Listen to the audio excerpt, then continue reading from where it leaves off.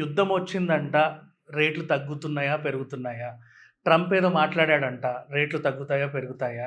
Stock మార్కెట్‌కి ఏదో అయింది, రేట్లు తగ్గుతాయా? పెరుగుతాయా? కేవలం బులియన్ మీదే వందల డౌట్లు ప్రతి ఒక్కరికి రోజు రోజు.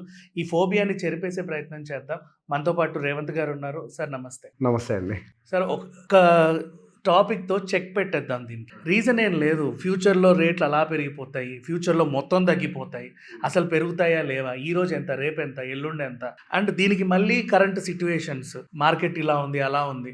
ఎందుకు జనాలు ఈ భయంతో బతుకుతున్నారు? అసలు కొనమంటారా? వద్దంటారా వీళ్ళని? ఒక విషయాన్ని మనం క్లియర్గా అర్థం చేస్తాం. ఇప్పుడు మనం ఒక బంగారం కొంటున్నాము మన ఇంట్లోకి అని అంటే ఏదో పిల్ల పెళ్ళి ఉందనో, పిల్ల ఫంక్షన్ ఉందనో, అవసరం గురించి కొంటూ ఉంటాం. అవసరంతో కొన్నప్పుడు అది పెరిగితే నీకేంటి, తగ్గితే నీకేంటి కదా?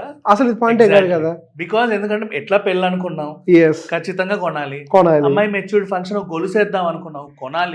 అమ్మాయి birthday already you are prepared, అంతే. కొనాలి. ఎవరికో ఫంక్షన్ కి వెళ్తున్నావు, పెట్టాలనుకున్నావు, యు ఆర్ ప్రిపేర్డ్, అంతే. అది పెరిగినా తగ్గినా అనవసరమే కాదు, సిలబస్ అది అవుట్ ఆఫ్ సిలబస్. కానీ ఇక్కడ సమస్య ఏమైంది అని అంటే, మొన్న గోల్డ్ పెరగటం మొదలుపెట్టిన దగ్గర నుంచి గోల్డ్ కానీ సిల్వర్ కానీ కొనేవాళ్ళు ఇట్లా అవసరంతో కూడినటువంటి పర్చేజెస్ కంటే అది పెరుగుతుంది కాబట్టి కొనే వాళ్ళ సంఖ్య ఎక్కువైంది. ఇది ఎప్పుడు ఉంటుందంటే ఓన్లీ ఇన్వెస్ట్మెంట్ కోసం కొనేవాళ్ళు, అంటే డబ్బుని దాచుకోవాలి, ఏ రూపంలో దాచుకోవాలి కాదు. నేను ప్రాక్టికల్గా చెప్తాను.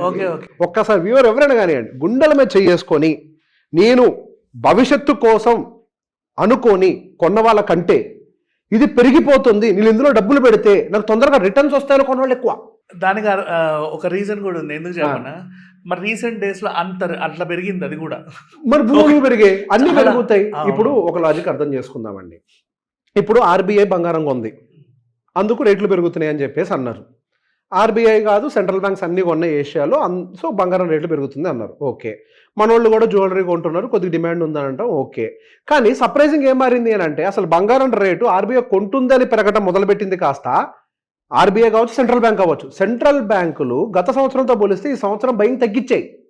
పెరిగిందంతా ఎక్కడి నుంచి అని అంటే జ్యువెలరీ నుంచి కూడా కాదు. ఈటీఎఫ్లు ఉంటాయా, ఎక్స్చేంజ్ ట్రేడెడ్ ఫండ్స్ అని ఉంటాయి. ఎక్స్చేంజ్ ట్రేడెడ్ ఫండ్స్ నుంచి బయింగ్ డిమాండ్ విపరీతంగా పెరిగింది. మనకి సెంట్రల్ బ్యాంక్స్ ఏమో 750 టన్నులు 800 టన్నులు కొంటే మనకి ఈటీఎఫ్ నుంచి 1200 టన్నుల దాకా కొన్నారు. ఇంతకుముందు అంత లేదు బయ్యింగ్. ఈ బ్యాచ్ అంతా ఎవరు? పెరుగుతుంది కాబట్టి నేను అర్జెంటుగా అందులో వచ్చే లాభాలను తీసుకోవాలని ఆశపడి కొన్నారు. ఇప్పుడు ఏం జరిగింది?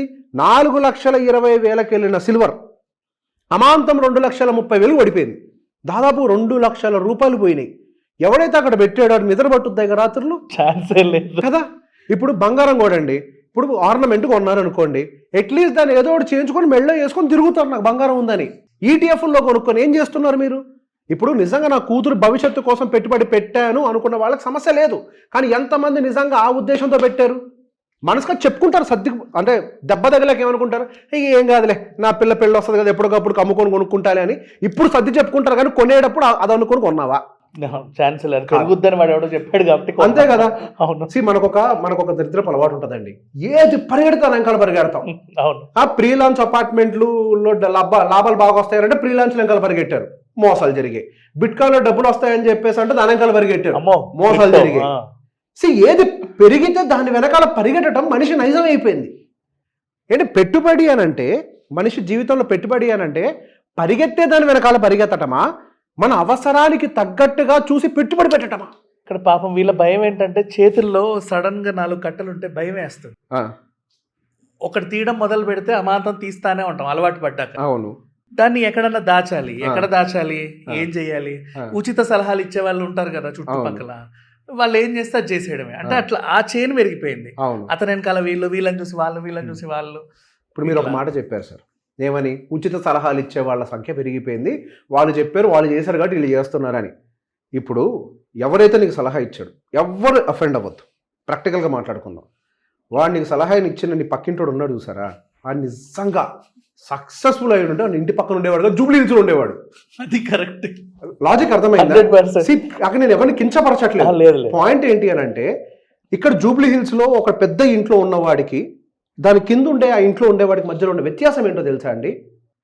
వీడు పైన ఉన్నవాడు ఒకరిచ్చిన సలహాకు అనుకూలంగా చేసుకున్నాడు, వాడి అవసరానికి అనుకూలంగా, వాడి పరిస్థితులకు అనుకూలంగా ఏ ఇన్వెస్ట్మెంట్ రైటో దాని మీద పూర్తి రీసెర్చ్ చేసి అప్పుడు పెట్టుబడి పెట్టుంటాడు. పెట్టుబడి అనే దానికి కొంత రీసెర్చ్ అవసరం. 100%. వాళ్ళు చెప్పారు, వీళ్ళు చెప్పారు. వాళ్ళు వీళ్ళు చెప్పి ఇన్వెస్ట్ చేసి బాగుపడ్డ చరిత్ర ఎవరి దగ్గర ఉంది? ఎవరిది లేదు. మా కాలనీ వాళ్ళందరూ అక్కడ కొన్నారు, మేము అక్కడే కొన్నాం. ఎగ్జాక్ట్లీ. ఇప్పుడు ఏం జరిగింది? రియల్ ఎస్టేట్ విషయంలో మొన్నటిదాకా అదేనా జరిగింది? అపార్ట్మెంట్లు పలోమని కొన్నారు, విపరీతంగా బిల్డర్లు గట్టి పాడేశారు. ఇప్పుడు ఏంటి పరిస్థితి? మీరు ₹1,00,00,000 కొంటే 80 లక్షలు అడుగుతున్నారు రేటు. ప్రతి దాని ఒక పరిస్థితి అంతే తయారవుతుంది. ఇప్పుడు మరీ దారుణమైన విషయం ఏంటి అంటే, బంగారం బిస్కెట్ కొనుక్కున్నా అది దేనికో దానికి పనికొస్తుంది. ఆ బంగారాన్ని తీసుకెళ్లి మళ్ళీ కావాలంటే కరిగించి జ్యువెలరీ చేయించుకోవచ్చు. ఒక్కొక్కళ్ళు 10 కేజీల సిల్వర్ బార్లు కొన్నారు. ఏం చేసుకుంటారు? దాంతో డంబులు చేసుకోవాలి, అంతే కదా. డంబులు చేయించుకొని ఎక్సర్సైజ్ చేయాలి. మా ఇంట్లో సిల్వర్ జిమ్ ఎక్విప్మెంట్ ఉంది అని. సిల్వర్తో ఏం చేస్తారు? సిల్వర్తో ఉన్న పెద్ద ప్రాబ్లం ఏంటి అంటే, ఆ సిల్వర్ బార్ తీసుకోలేని మీరు అమ్మితే మీకు మార్కెట్ రేట్ ఇవ్వరు, -15 to 20% ఇస్తారు. సిల్వర్కి ఎప్పుడు ఎక్స్చేంజ్ రేట్ చాలా తక్కువ ఉంటుంది. అసలు 10 కేజీలు తీసుకుపోయి ఎక్కడ కొంటామని నాకు అర్థం కావట్లేదు. అంటే వాళ్ళు ఏమనుకుంటారు, బంగారంతో పాటు పోటీ పడుతున్న సిల్వర్, రానున్న రోజుల్లో సిల్వర్లో పెట్టుబడి ఎక్కువైపోతుంది. ఇప్పుడున్న ఈ సోలార్ ప్యానెల్స్ ఇవన్నిటి కూడా సిల్వర్ వల్లే జరుగుతున్నాయి, వినియోగం బాగా పెరుగుతుంది, మీరు ఇప్పుడే పెట్టుబడి పెట్టండి.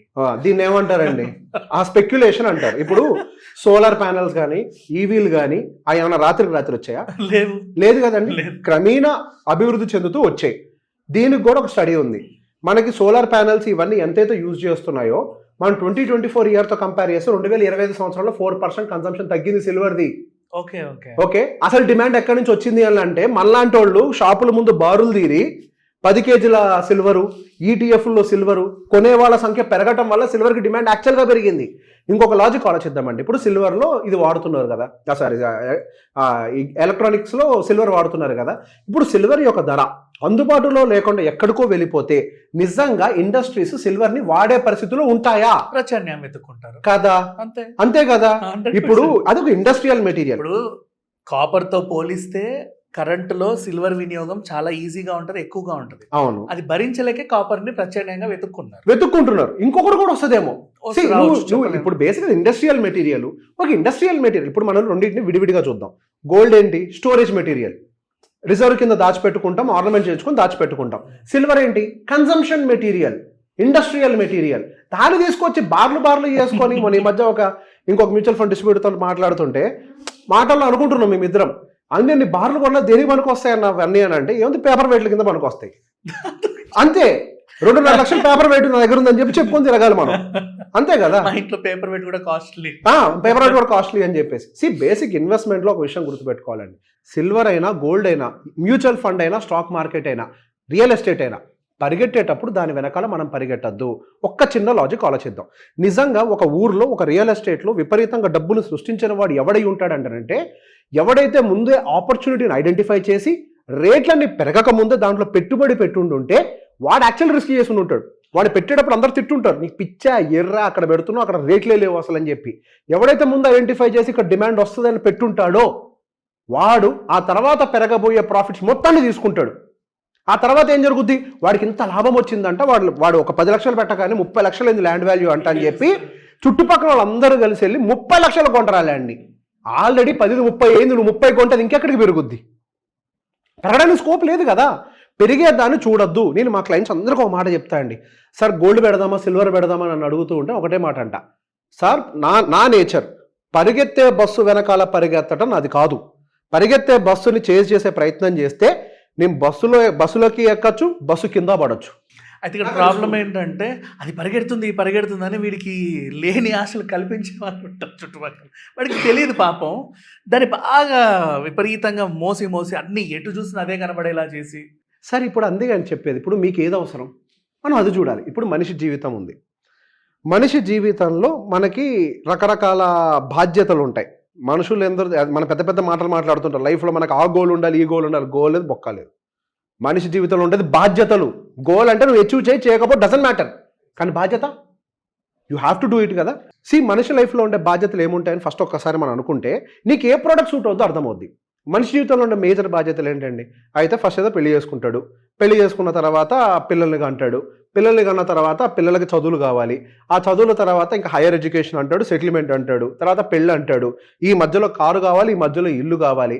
ఇదంతా అయిపోయింది అనుకునే లోపల మనిషి ముసలోడవుతాడు. అతను బతకడానికి రిటైర్మెంట్కి ఒక కార్పస్ కావాలి, ప్రతి నెల ఇన్కమ్ వచ్చేలాగా. ఇవన్నీ బాధ్యతలే కదా మనిషి జీవితంలో ఉండేవి. ఈ మనిషి జీవితంలో ఉండే ప్రతి ఒక్క బాధ్యతకి ఒక ప్రాపర్ ప్రోడక్ట్ అనేది లింక్ చేయాల్సిన అవసరం ఉంటుంది. ఇప్పుడు ఒక ఎగ్జాంపుల్ అడుగుదాం. ఇప్పుడు పిల్లవాడికి మనకి ఇంజనీరింగ్కి డబ్బులు చాలా, ఇంజనీరింగో డాక్టర్ ఏం చదువుతారో తెలియదు. భవిష్యత్తు కోసం అని చెప్పేసి మనం ఏదో ఒక ల్యాండ్ కొనేసి పక్కన పడేద్దాం, వాడి భవిష్యత్తుకు వచ్చేసరికి ఆ ల్యాండ్ అమ్మేసి చదివిద్దాం అని అనుకుంటాం. ప్రాక్టికల్గా ఒక ల్యాండ్ అమ్మి టైంకి డబ్బులు మనం అందించగలుగుతామా? నెవర్.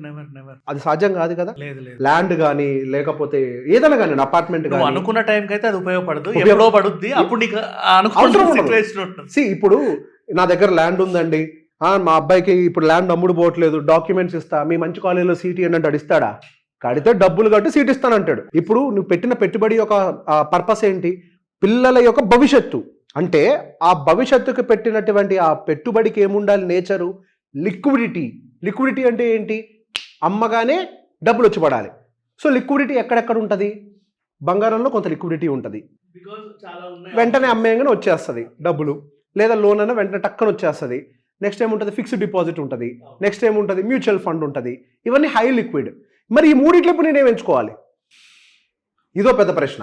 దాంట్లో ఖచ్చితంగా బంగారం అంటారు, అందరూ అనుకుంటారు. కానీ ఇక్కడ మనం చూడాల్సింది ఏంటి?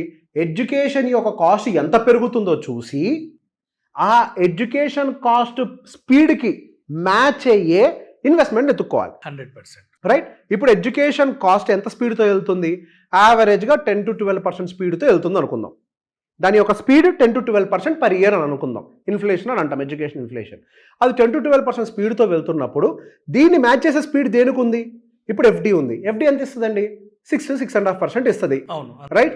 అంటే మనం ఎంత? 50% స్లో డౌన్. ఎఫ్డీలో పెడితే మనం 50% స్లో అయినట్టే. బంగారం యూజువల్గా ఎంత ఇస్తుంది? 9% ఇస్తుంది. అంటే ఎంత స్లో అయ్యాం? 3%. ఇంచుమించుగా వచ్చాం. అప్పుడు మనకి మ్యూచువల్ ఫండ్ అనేది లైమ్ లైట్లోకి వస్తుంది.